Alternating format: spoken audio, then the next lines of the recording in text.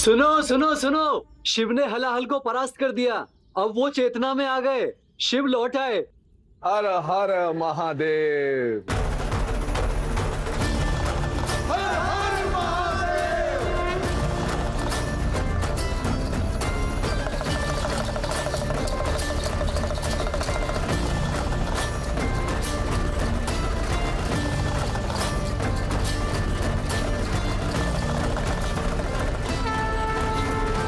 मेरे महाकाल ने कालकूट को भी हरा दिया और मेरे महादेव लौट आए।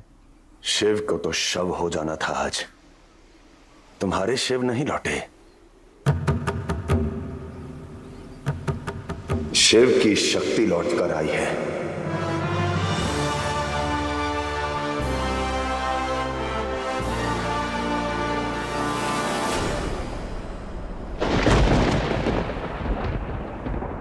आप काल से परे बहुत पहले समझ गया था मैं, पर आज सृष्टि का भाग्य पलटकर भाग्य से देवों से भी परे हो गए हैं महादेव। जो मन का विष निकल जाए वो योगी, परंतु आपने आदि काल से समुद्र में मथे मंथन से निकले विष का पान किया है आदि योगी। आपने जिस निस्वार्थ भाव से इस संसार पर उपकार किया है, उससे यह ब्रह्मांड सदैव आपका ऋणी रहेगा। जिस कालकूट को समुद्र भी ना धरा रख पाया, उसे आपने अपने कंठ में रोक लिया, जिसके प्रभाव से आपका कंठ भी नीला पड़ गया है। आपके इस त्याग के प्रति, इस नीले हुए कंठ के कारण यह संसार आपको नीलकंठ के नाम से भी जानेगा। नीलकंठ के नाम से भी जानेगा। नीलकंठ महादेव की, नीलकंठ महादेव की, नीलकंठ महादेव की, नीलकंठ महादेव की, नीलकंठ महादेव की।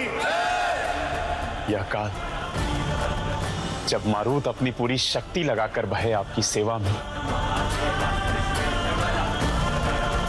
जो भक्त आपको सावन माह में जल चढ़ाएगा, उसकी पीड़ा, उसके जीवन का विष आप वैसे ही हर लेंगे जैसे आपने इस संसार में फैले हलाहल को हर कर लिया है। यह संसार युगों युगों तक आदि योगी शिव के उपकार का ऋणी भी रहेगा और अनंत काल तक आपकी पूजा भी करेगा। नील गगन जैसा विशाल है नीलकंठ का उपकार। नीलकंठ महादेव की, नीलकंठ महादेव की, नीलकंठ महादेव की। मुझे श्रेय देना आप सबका बड़प्पन है, किंतु मैं कौन हूं? केवल चेतना जो उद्देश्य से जागती है। मुझे मेरे उद्देश्य ने पुकारा तो मैं आ गया। अब मुझे जाना होगा, परंतु आप सभी स्मरण रखिए कि जिस उद्देश्य से हमने समुद्र मंथन का आरंभ किया था, वो अब भी शेष है। तो आप सभी अपना कर्तव्य, अपना धर्म निभाएं और समुद्र मंथन को जारी रखें।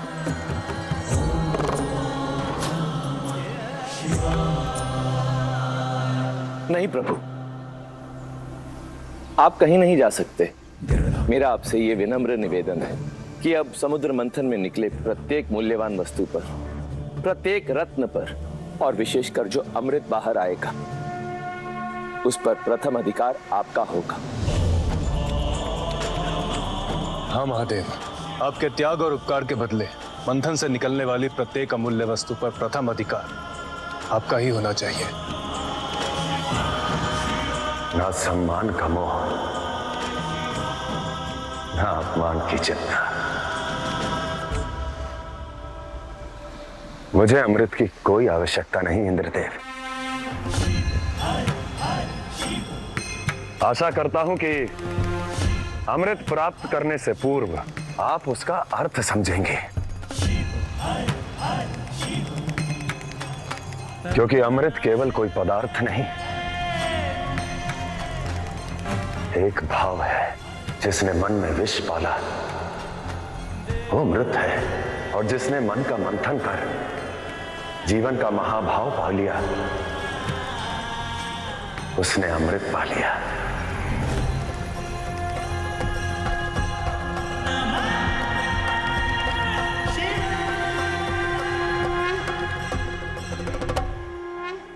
किसे अमृत देने चले थे आप? जो जीवन मरण से परे है, जो अनंत है, जो शून्य है।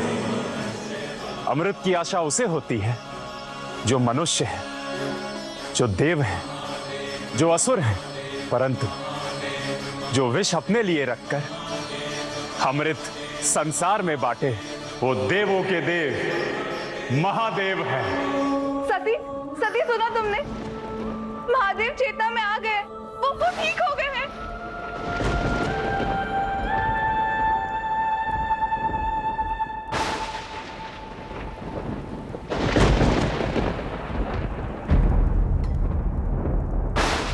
सती, सुना तुमने? मैंने क्या कहा? शिव की चेतना लौट आई है, वो ठीक हो गए हैं।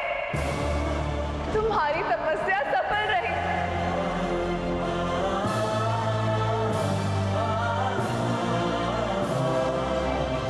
सती शिव की नहीं हो सकती, ऐसा नहीं होने दूंगा मैं। अब तो जाग जाओ बड़े भैया,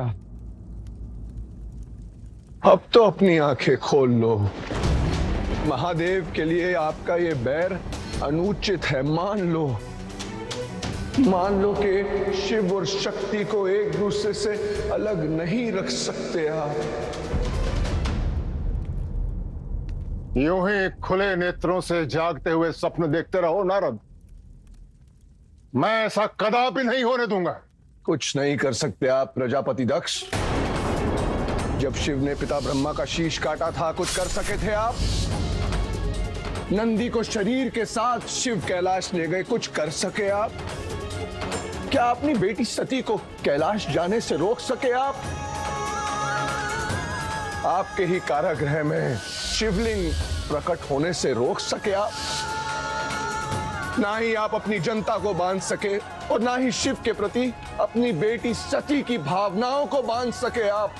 फिर भी आपको लगता है कि मैं ये कर लूंगा, मैं वो कर लूंगा।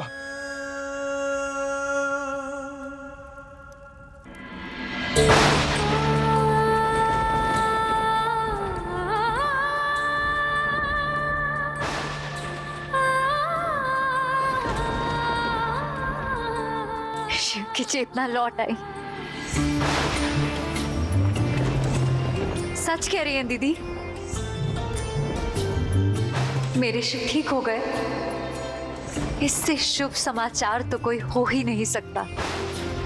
मेरा मन कर रहा है मैं संसार को आपको उपहार में दे दूं। कह तो ऐसे रही हो जैसे पूरे संसार की स्वामिनी हो तुम, और मेरे शिव ऐसे जैसे शिव की भी स्वामिनी हो तुम।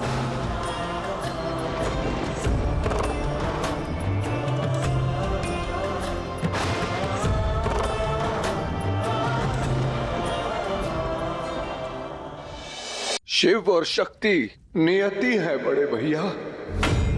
युगों को, समय को, अंत आरंभ को बांधने वाला धागा है शिव शक्ति। उनके मिलन में बाधा मत बनिए। आपका ये मैं आपको कहीं का नहीं छोड़ेगा भैया। जब पिता ब्रह्मा का मैं पुकारा था तब शिव आए थे। आप अपने मैं को शिव के आने का उद्देश्य मत बनने दीजिए भैया। नहीं मानता मैं, ना शिव के तुम जैसे भक्तों को और ना शिव की नियति को।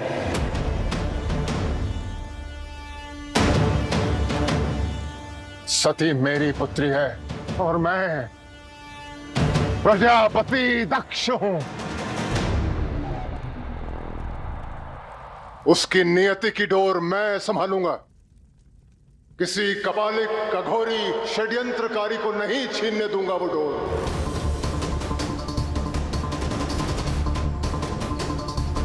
मैं बनूंगा उसका भाग्य विधाता। मैं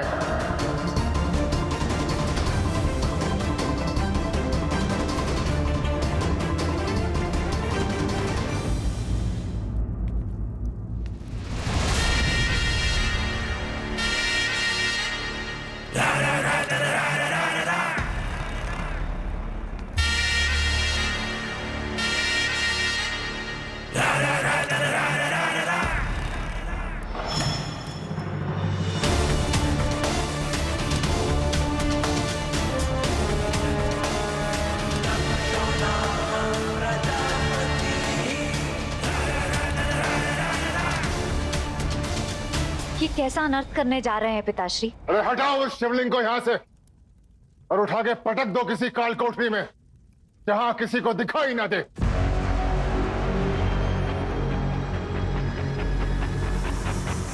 क्या कह रहे हैं पिताश्री? आप शिव का अपमान कर रहे हैं। जिसका कोई मान नहीं है उसके अपमान की चिंता है, और जिसने जन्म दिया, नाम दिया, उसके मान का ध्यान नहीं है। इतनी पीड़ा क्यों है शिव के लिए? कौन है वो तुम्हारा?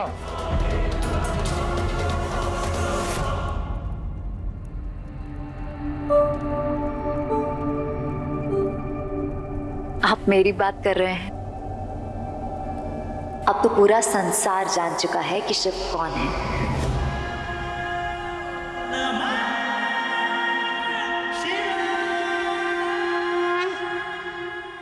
आप क्रोध में हैं पिताश्री। अशांत होकर अनर्थ मत कीजिए। अनर्थ तो हो गया। जो मेरे गर्व का शस्त्र थी, आज मेरे शत्रु का अस्त्र बन गई है। और जो अब मैं करने जा रहा हूं, वो यदि और बहुत पहले कर दिया होता तो मुझे ये दिन देखना ना पड़ता। अब जाओ अपने कक्ष में, तुमसे मैं बाद में बात करूंगा।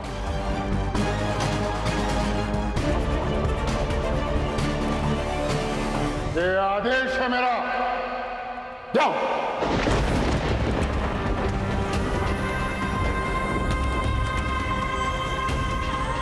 वही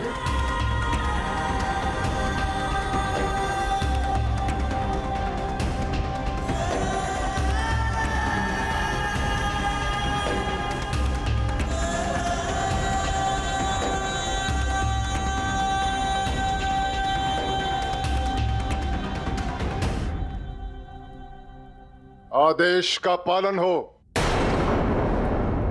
या तो ये शिवलिंग हटेगा, काल कोठरी में जाएगा, या तुम सब चयन कर लो।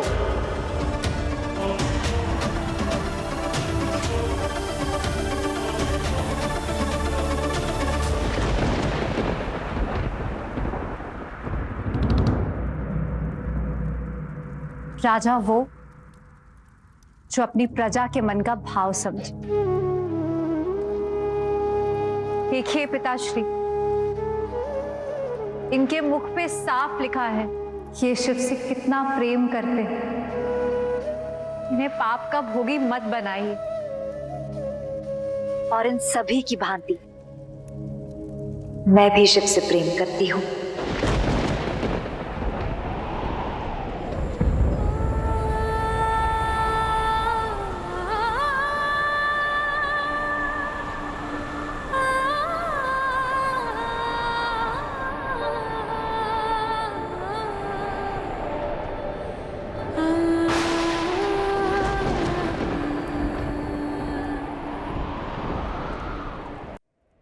बचपन से मेरे मन में उठते हर प्रश्न का उत्तर मिल गया है। हर दुविधा का हल मिल गया है।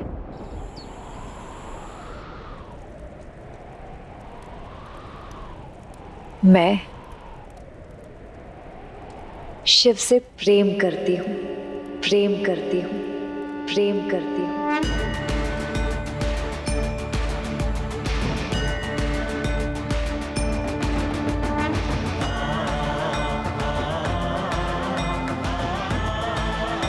शिव मेरे मन में है, मेरी आत्मा में है, और मेरे ही क्या, हर किसी के मन में शिव ही तो है।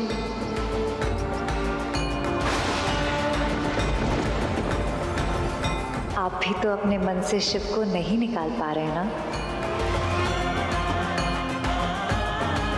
इस आंगन से क्या निकालेंगे पिताश्री? शिव मेरे सर्वस्व हो गए हैं। प्रेम है मुझे शिव से, अनंत प्रेम।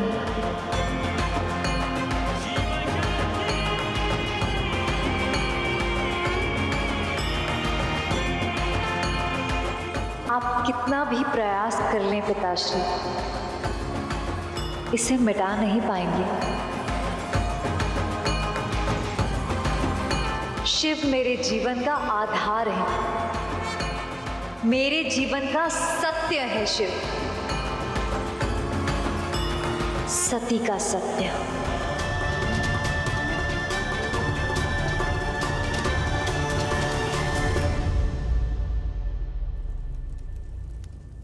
रोहिणी, लेकर जाओ इसे मेरी दृष्टि से दूर, इसके पहले कि मैं कोई अनर्थ कर बैठूं। मति भ्रष्ट कर दी है इसकी शिव ने, पूर्णतया भ्रष्ट।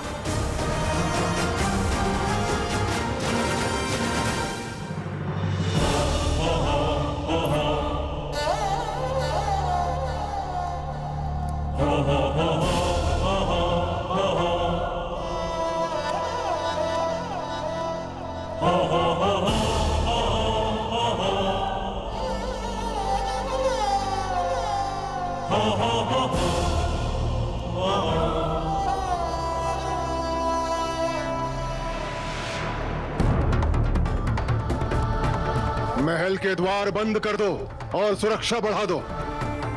सती महल से तो क्या, अपने कक्ष से भी नहीं निकल पाएगी।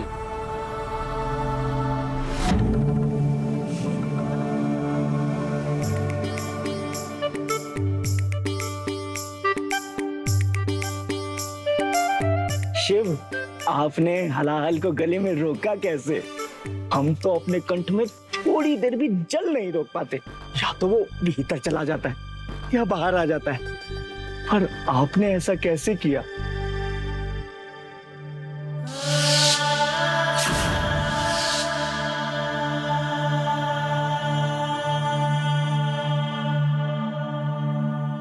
आपको पीड़ा हो रही है प्रभु?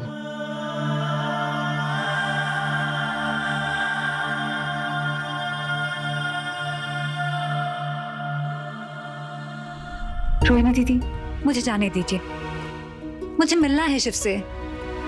मेरा मन बहुत व्याकुल है, एक बार स्वयं देख लूं वो ठीक है, फिर लौट आऊंगी, बस और कुछ नहीं चाहिए। पिताश्री का हर दंड स्वीकार है। आपने कहा था ना, जब प्रेम करोगी तो समझोगी। जाने दीजिए। पर तुम कैसे जाओगे सती? चारों ओर पहरा है और पिताश्री का कठोर आदेश भी है कि तुम्हें इस कक्ष से भी बाहर ना निकलने दिया जाए। ऐसे में कौन सहायता करेगा हमारी? कौन तैयार होगा पिताश्री का कोप सहने के लिए?